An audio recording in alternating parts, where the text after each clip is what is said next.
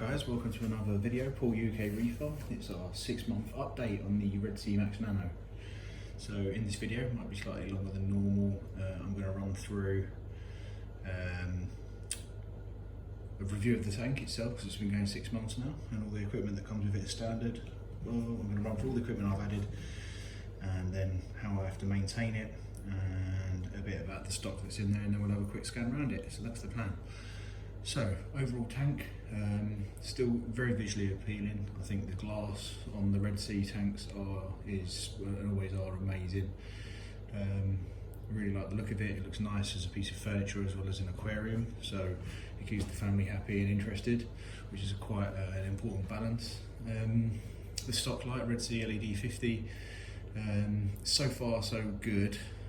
Some of the higher end SPS have not worked out very well, but I think that's a mixture of tank being mature and perhaps levels not being sort of dead straight, so I'm not going to blame the light for that until I sort of master the other bits, but that's sort of the future plan, to try that and really test that theory, whether the Red Sea LED 50 can keep high end SPS, even if it's just 1 or 2 pieces.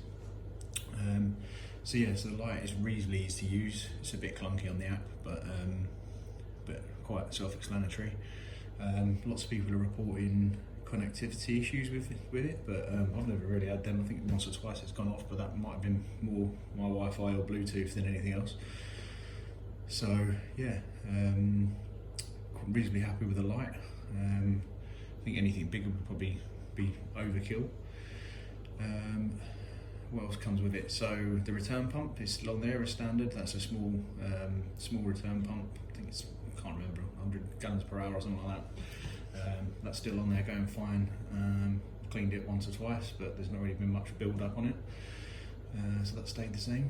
And then I've added, it comes with a load of mechanical filtration, which I've ended up kind of going back towards, just due to the fact that I've got very low nutrients. The skimmer that comes with stock is excellent, pulls out loads of stuff. It takes a couple of weeks to bed in and quieten down a bit, but yeah, really good bit of kit, and there's only 1 or 2 others that would fit in there anyway. I've really had no problems with it and quite happy with it, and if anything, really need to turn it off to stop it skimming so good. So that's the standard stuff. You have to add your own heater to this unit, it doesn't come with it. So for that, I've got a heat controller, I believe it's a DD heat controller, and then a 100-watt titanium heat bar that goes in the tank. So from a redundancy point of view, that heat controller is checking and managing the heat bar, rather than it being an all-in-one unit. It also has an alarm on it for under and over temperature, and an option to add a fan or a chiller if needed. And with the British summer being quite poor in the north of England, we've not really struggled much with it, but you never know, that heat wave might be around the corner. So yeah, so that is definitely a set it and forget it type installation, and I would just swear by them regardless of the size of the tank, unless you're going to go with a full-on aquarium controller. Right, so the gripes with the tank. We've talked about it a couple of times on this channel, but right at the back, if I show you this, along here, there is a tiny channel that runs down and starts going through the filtration. That overflows straight into the back of the sump where it shouldn't, and it happens on every tank and everyone who has one.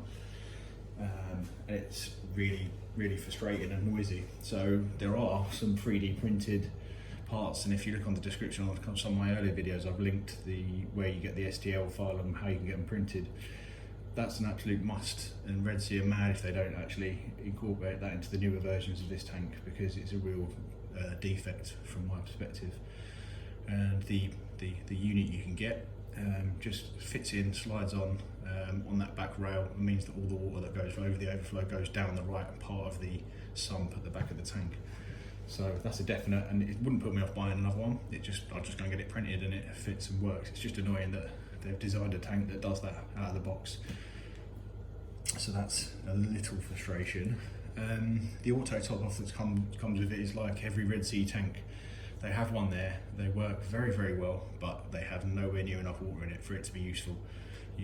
You have to fill them up twice, 2-3 times a week, which is just not what you want to do on an auto top up. The whole point is that it does it for you a bit longer. So I have as mentioned before, installed a small smart ATO and a tank, and a small 10 litre tank from Pets at Home in the UK here. There is the ATO tank, there's the pump. I've placed an optical sensor in the back side of this. Down here you can just see that actually working right on cue. That was good. And that tops up. That tank can hold well over a week's worth of water if it's not too humid and warm. That'll actually hold nearly 2 weeks worth of water, which is great. And I've never had a problem with them units. I've had to replace one in the whole time I've used them over a few different tanks. So they obviously probably wouldn't work on the bigger tanks, but they're great little units. They're 99 quid and they work great. So that's been a success. I've just started dosing, as I've mentioned in previous videos. Still trying to dial it in perfectly, but with the advancements in the liquids that are out there and the size of the tank, I decided to try a Tropic Marine all for Reef, which has everything in it and just kind of raises at all levels. And thought I'd give that a try. I know a few reefers out there are doing it, so it's all still we're yet to see a few months of stability with it yet, but it seems alright, and it's quite reactive to upping and starting and reducing the doses. So I'll do that every now and again and drop the dose one or two drops, or up it 1 or 2 drops a week, and just check and test and test and test. So yeah, from that perspective, that's working quite well. I'll show you that now. So it's a DD single channel, I think it's DD or H2 Ocean single channel doser.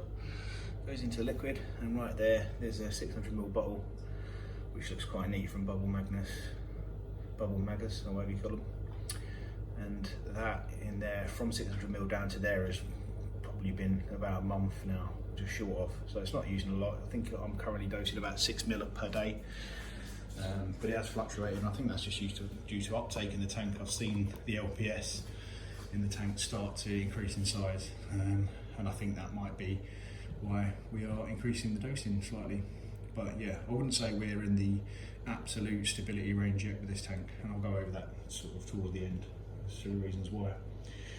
Other stuff that I've added into the tank is real reef rock. So that rock there is real reef rock. I'm really impressed with it. I've not struggled with it. There's a little bit of algae in the tank now because I've been playing around with nutrients, but I've just put an Urchin in, so that should sort that out. But yeah, real reef rock looks alright. It's starting to get some coralline on it now, so the purple that you get as a benefit from the start is sort of slowly being overtaken. But it's nice looking rock, and it's cycled fine when I've used the marine pure balls as well in the back. So loads of biological filtration in there. The sand was live sand from, I think it was Red Sea as well, Reef Pink, that's the one. Did that just to add the bacterial boosters at the start, and then dumped a few bottles of bacteria in as well, and it seems to have worked fine.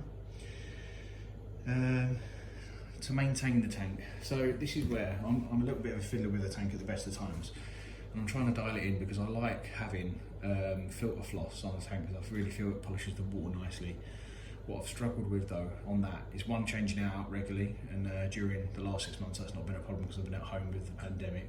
Long term that might become a pain. But the other thing I'm finding is that it's pulling out way too much. So my nutrient levels, phosphate's never really a problem. It kind of starts to build, and then I reduce it with a bit of rubber phos in a bag at the back. But nitrate, I cannot get above 2 nitrate. 1 best. At the moment it's 0.25, and I'm on the edge of dyno probably. I just cannot build the nitrate level in this tank at all. I think it's because I started with dry rock, dry sand, but I feed really heavily. I used coral food as well, so I can put in some reef rods every now and again, or the Red Sea A and B+, and I use that daily. So I'm keeping nutrients flying in there, but they're not turning into nitrate. So my latest plan on that is not to keep putting filter floss in, is to go back old school. And if you go back to probably the start of the video, the first thing you remove is the sponge type filters in these tanks because they tend to be nitrate traps, and it dawned on me that actually that could be quite handy. So I've gone back to a black sponge in the first part of the sump chamber, and I'm hoping that'll catch the particulates and keep the water reasonably polished, but also might breed a little bit of nitrate. So I'm trying to get the nutrient levels up and get some nitrate in the water. The second part of that is potentially to dose it. So there's a few different products out there to do that. So I don't particularly want to do that, but it may have to be the case. And then lastly, livestock. So we have no clownfish. They seem to have destroyed themselves, which is really frustrating. I don't know why. In the middle of the tank at the bottom there, who's hiding because they're really shy, we have a mandarin dragonet, which has been eating frozen like a beast. So turn the flow off, put some mysis in, and it eats away. I also have another shy fish because it's quite early in the morning, which is a yellow chorus wrasse, which is a small one. Might have to get moved on when it gets bigger, but it's brilliant for picking at the rocks. And I've put loads of copper pods in there for the mandarin as well, and it seems to like them. And then the other shy fish that I've got is a royal grammer, which lives under this part of the rock here, hiding right under here, and she bosses the tank around. I've also now got a couple of nice big hermit crabs in there. They've grown hugely in size, a few spare shells around, and this little baby. So this is a blue tuxedo urchin, and this is a little hoover. It just goes around cleaning all the rocks off. Now it looks quite green at the minute because I've got really heavy whites on, and there's a tiny little bit of algae around the top. But yeah, it just goes around munching. It's brilliant. So I have got some sheeted nori just in case it cleans the tank out completely, and I've been told you can place a sheet of nori on it and it will just sit and eat that. So I'm prepared for if it does too good a job as well. I've got a shrimp, cleaner shrimp, and yeah, it's a couple of snails in there, but not too many because I didn't want to sort of overfill it. And then just hidden down here again is a conch snail, which is brilliant for the sand bed, keeps it all going. Coral wise side at the bottom, we have some, I think they're called wowsers, which look rubbish under white light, zoas, but later at night they'll turn pink and purple and blue, and they're quite cool. Then we have my favourite ones, the sunny delights, which again under yellows don't look great, but at night they pop like anything, like a rainbow colour. They're great. And then some monster green eyes, which just don't seem to have grown and are just sitting there, but again bring some colour, so reasonably happy. So that's the soft corals gone. Then we move into LPS. We have a couple here. On the right hand side is a small hammer coral, and that's starting to grow a new head on it. And then we have probably the fastest growing item in the tank is this Duncan. You can see underneath here, it's already started to grow 3 more heads underneath, and it came with 2 small ones. But I feed this like every other day with mysis, and it just sucks them down. So just trying to get a better angle on the Duncan. It's just waking up. It's usually far more puffed up than that, but with needing the house quiet to film, I've done it earlier in the morning with my son in bed. Moving over to the other LPS, we have a couple of trumpet corals. Now this started quite small and I thought it wasn't going to survive, but now in the last couple of weeks the heads have got twice as big and they started to split. So on this head here there's 2, see if we can get anything from above, that's now turned into 2 heads, and the same for this one, so they're splitting in half. You can just make it out, so that's going really well. On to SPS. Sorry, I know at the back I've got a little bit of old school softy down here just in case the clowns wanted to host it, but being that both of my clowns have now died and for reasons unknown at this point, that's probably going to come out because I don't want it spreading in the tank, so I don't really like it. It's just, the idea was to give the clowns a home, but really strange with the clowns. I'm not sure why they passed on, but yeah. So onto the SPS, we have there a piece of Montipora Capricornus. I think it's Capricornus. It's a green one. Looks quite nice, and under blues at night. Hasn't really grown. It's a tiny little bit. It's been very, very slow, and I think once I get the sort of steady and stable tank parameters going, I'm gonna hopefully finally start getting some growth there. I've just ordered some more of these, about 3 or 4 different types of Montipora, including another orange cap and some digitata and a few others. So that the next update will be some corals, some new corals added in the tank to try and start stocking it out. And then across the top we have 1, 2, 3. 2 of these are stylophoras, one slightly blue and purple, the other one's sort of just blue. And at the back there, I thought this was a free frag that came from the same coral supplier, mail order corals. I thought it was a stylo, but apparently it's not. It's right in front of the power head, so it's kind of starting to grow across. But yeah, whatever it is, I can't remember. If anyone knows, let me know. But growth-wise, we're just starting to get some growth on these. This came as a very, very small 3 and 3-headed, and it's now grown. They're grown to about 1.5 inches each. And the shape of this one is really exciting, because you can hopefully see there's 3 or 4 different heads starting to grow out of this, and some shape coming. So they are very, very slow. But to be fair, I quite like that, and you can see it basing out a little bit as well on the plug. So yeah, the plan is 3 or 4 more Montiporas here, and then see how it goes. And then on this shelf, we did have a large hammer before, but that's died. I don't know why. All the other LPS are absolutely fine. So we've had a sort of mixed results really. Some are doing really well and others didn't. But I'm thinking here, I want a showpiece coral in the tank, and that's probably going to be a Scalemia, maybe a bleeding apple or a war paint Scalemia. So it's a real eye-catching coral. And then maybe down here, some acans or other LPS on this base here. That's the plan. And then what I might do is chuck a couple of more high-end Zoas on here just to get the bottom covered in them eventually. But that's it really. And then after that, maybe stick in the odd acro at the top if I get the water really, really steady. So that's the stocking plan. Levels at the minute, I'm running the tank probably around the late 8s on DKH alkalinity. That's swung a little bit, but the dose is sort of I'm trying to bring that in now and dial that right in with the doser. I'm aiming for 8.5, but I continually am slightly higher than that. Calcium's running at 430, something like that. Magnesium 1350 to 1400, and all of that's quite steady. So I'm not seeing too much calcium and magnesium going in the system from dosing the Alpha Reef, which was something I was worried about, and that's not happened. So yeah, I feel like I'm close to it, but I just need to get the nutrient levels right, which means increasing the nutrients and not ending up with dinos, but also then not flooding it with algae. So first choice is I'm going away for a few days soon, so I'm going to leave it and just let it sort of cloud up and get a bit dirty, and hopefully produce some nitrate. And then after that, it's either dosing it and then probably a bit of vibrant as well to clean the rock, because there's bits and pieces that need cleaning off. So yeah, a bit more messing around to go, but I'm really starting to see stability becoming part of this tank. So we're growing coralline algae into certain places, even though I know the urchin will probably eat it off. You can see a little bit on the top of that pump there. It's nice dark purple, and some of the rocks are showing dots and spots of it as well. So yeah, tank cupboard wise, I've still just got that power strip floating in there. I made a hole in the back of the cupboard and everything goes out through that. And it's just got one big power strip and then the doser there. So I've kept it nice and simple, barring putting an aquarium controller on, which is absolute overkill. I don't really feel like there's much more I can do and not much more I'd put on this.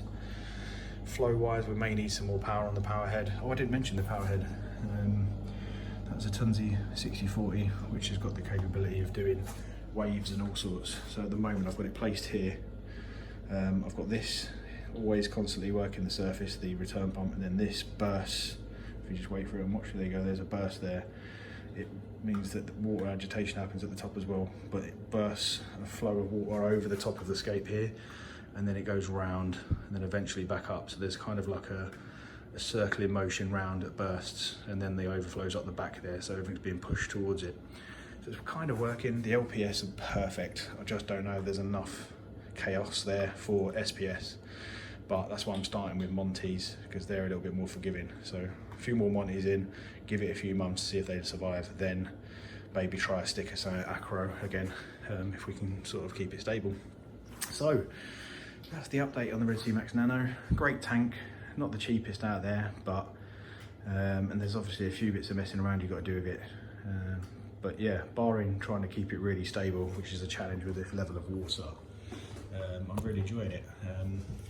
I do always wish I probably should have sort of kept longer with the Red Sea Reefer 250 and fixed my issues with it, but this was a good way to come back into it after a very frustrating period, and I've really enjoyed it. And I just want to grow the tank out really nicely now, and appreciate it for corals that are growing and things like that, rather than worrying about taking on too big a project. That said, a nice 400 or 500 litre tank in the future would be great, and we just need to get the wife on board. Okay, so that's it guys, longer video than usual, but a full update of the whole system, and I hope you're still enjoying them. Please give me some advice, guidance, tips, anything you've got. I absolutely love watching everyone else's tanks out there. Shout out to Mogsy, Mogsy's Aquarium. I just had a watch of his last week. He's doing brilliant, and really love watching his videos. So if you haven't seen them yet, get on them. The other ones that I watch are obviously all the BRS from America, but Aaron's Aquarium, he's doing extremely well. He's opened his own shop. So again, if you're looking for inspiration for YouTube content, that's great. And then there's a weekly show on Milev's Reef, which I watch without fail. And he is an old school reef dude who knows his stuff, and has a really nice, great big tank. So he's another one that I watch a lot of, and would always advise watching his content. And he's quite good with that one, because you can even have it on in the background in the car or something like that. But he does a good long show every week. So yeah, get on that guys, and like and subscribe if you haven't already, and share and all the rest of them things that everyone's supposed to say. And yeah, have a lovely summer, and I'll be back in a month or so or perhaps earlier than that, and just to give you a stock update when I get the new Monties in. Take care, see you later.